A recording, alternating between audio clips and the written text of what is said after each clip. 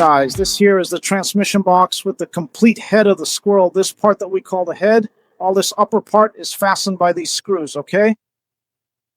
The most important part of the head is this part. Here, if you look up, it looks like a star. It's called the star flex. We have inspection criteria for this here. We'll take it out later once it's disassembled. We have the upper and lower yoke, which also have inspection criteria. The screws that fasten them, both on top and on the bottom, also have inspection criteria.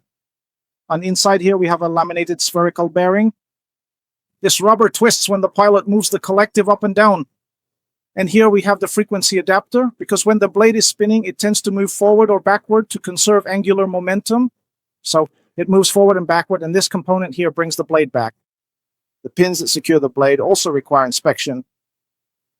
Here you can see the upper yoke. It has a notch here, which is to prevent, on the blade, there's also a notch to prevent the mechanic from installing the blade incorrectly. The same goes for this part here.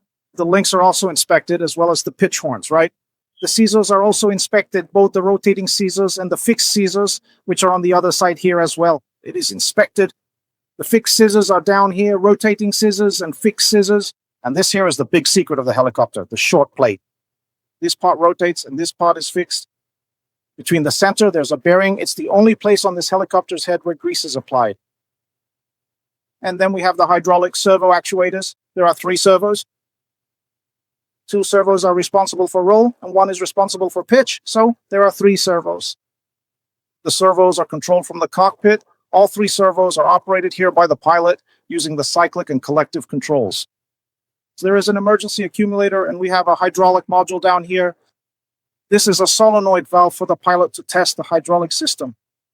Hydraulic reservoir. It's also located here, the hydraulic reservoir. It's over there. Minimum and maximum levels. It's without oil because it was removed. The hydraulic pump is right here. It's a small hydraulic pump. The hydraulic system, this helicopter has a hydraulic system, and in case of hydraulic system failure, it has manual reversion. The hydraulic pump pressurizes the module, and here in the module, we have several components. 1-bar hydraulic low pressure switch, hydraulic system test solenoid, 40-bar relief valve. It relieves to the return line. And here we have the mast. I wasn't going to show the mast, but we can see this part here. The rest is all internal, right? Here's the transmission box.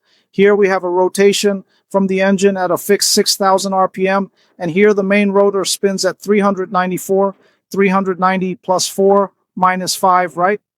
And then inside the box, there's a bevel gear reducer, which changes the direction by 90 degrees during the reduction. And here at the top, we have the cycloidal return, which reduces, if I'm not mistaken, from 1,690 to 390 plus 4 minus 5. This blade is free. It has play. So when the helicopter is stopped, this stop ring here, see it? It supports the 3 blades so they don't fall down.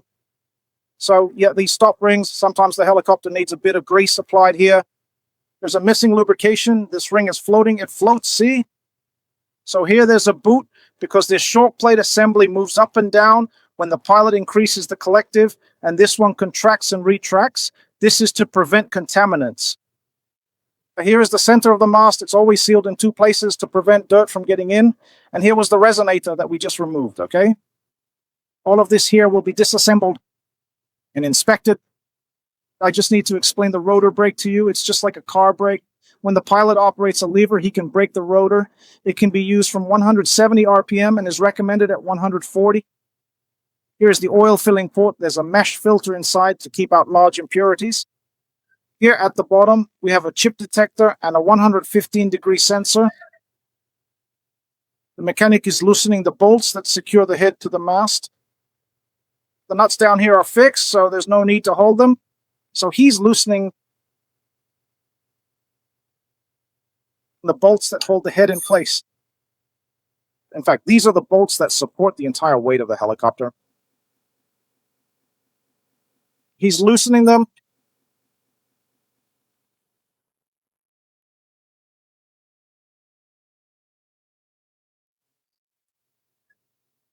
Since all of the individual parts here have already been carefully loosened, it is now finally possible to safely separate the main head assembly from the vertical mast.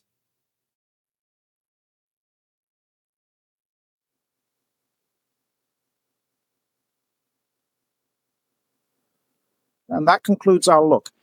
A detailed overview of the transmission and the main rotor head assembly of the Squirrel helicopter.